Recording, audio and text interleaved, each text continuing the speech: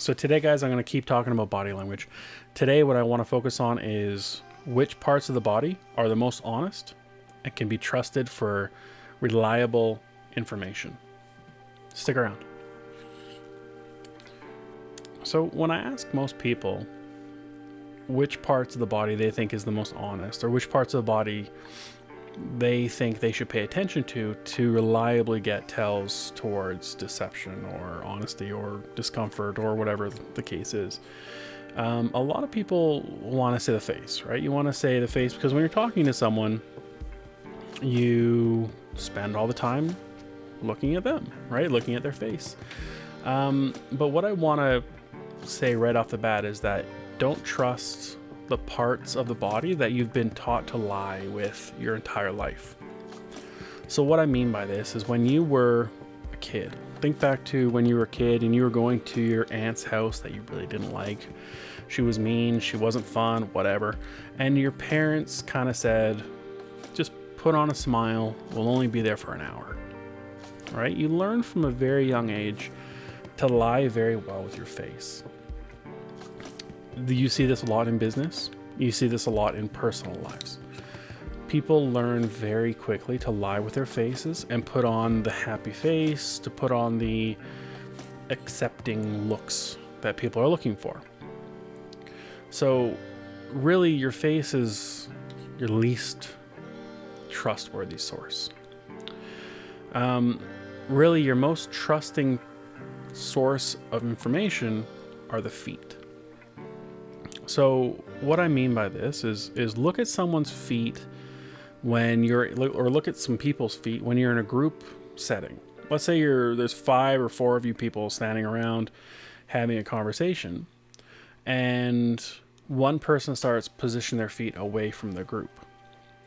Right? If you start to see someone pointing their feet away from the group, what this could indicate is that they are disengaging from the conversation, they're running late to an appointment, they have to go, they want to leave, maybe they're uncomfortable with the conversation, whatever the case may be. The feet are often one of the most honest pieces of information. Another example of this is, let's say you're playing poker, right? So I used to be a card player, and if I was sitting next to someone, and he took his leg and wrapped it around his chair. So you wrap your foot around the base of the chair. That typically would tell me that they were either excited by the hand, because it's called happy feet, when your feet bounce, right? Think of a kid when you tell them you're going to Disneyland, right? Their feet, they will literally bounce in place, right? They don't know how to hold it in yet. You see it in animals. You see it in dogs that are really excited. They'll bounce up and down, right? So the feet are the most honest part of the body. Look for things like feet positioning, where they're pointed towards. Usually they're pointed towards the things that they want to go to, whether it's an appointment they're running late for or whatever. Or people will physically plant their feet and tie them up around something because they're stopping the urge to bounce, or they're stopping the urge for happy feet. So the feet are by far the most honest part of the body. Moving up from that, you have, in order of honesty really, is the legs, then the hips, then the torso, then the neck. All right, so depending on what the situation is, the different parts of the body will position themselves to or away from things they're interested in or things that they find dangerous. Right? So the legs, similar to the feet, if people start moving their entire body, their entire lower body, so their legs, away from a conversation, they start taking a step away, they're trying to politely basically say, I need to leave. Right? I need to leave. Something over there is taking my priority right now. And it's very trusting or very trustworthy tell.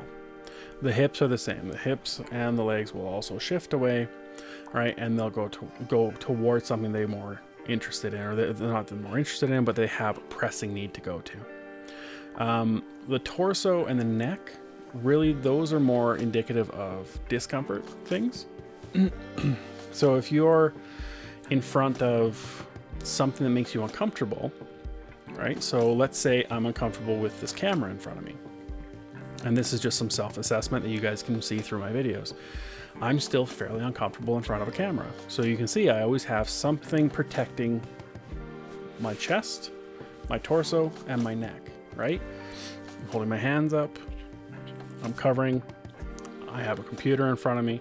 There's always something in between myself and the camera. You'll see this same interaction when someone is uncomfortable with something they're being presented with. They will potentially look to place barriers between themselves, their vital organs in their torso, and their vital neck, and the thing that they deem as a threat.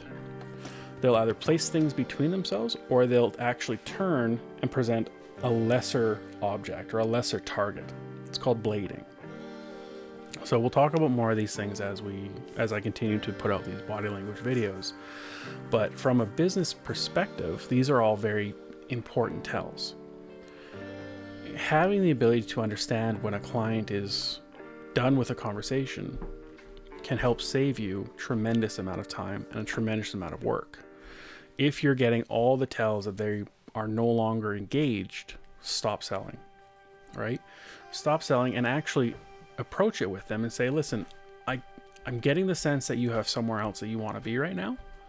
Let's pick up another time to talk about this. Let's schedule a time on Monday, right? Or whatever day works the best for both of you. Schedule the actual time and follow up with them. But having that precognitive ability, or having that ability to see those tells, will help you in the long run, because they will recognize that and appreciate that you're letting them get to their task. And it'll also stop wasting your time and let you take more of your time back, right? So this specifically works really well in conference settings. When you're, let's say you have an hour-long lunch at a conference and there's 2,000 people there, having the ability to work your way through people fairly quickly based on their interest levels, very quickly telling whether or not they're interested in you, or if they are not engaged with what you're saying, will give you a lot more time back. And instead of talking to 3 or 4 people who are very polite and pretending to be engaged, you can go talk to 20 people and get 5 people that are actually engaged. So hopefully this helps, guys. We'll talk more about this stuff as we move through the body language series, but for right now, as we're still pretty new into this, I wanted to talk about the least honest, the face, to the most honest, the feet. Typically working from the ground up goes from the most honest to the least honest. So stick around, hit the subscribe button, hit the like button, hit the bell, and I'll be releasing videos every single day for the best part. Thanks, guys. Hope you learned something.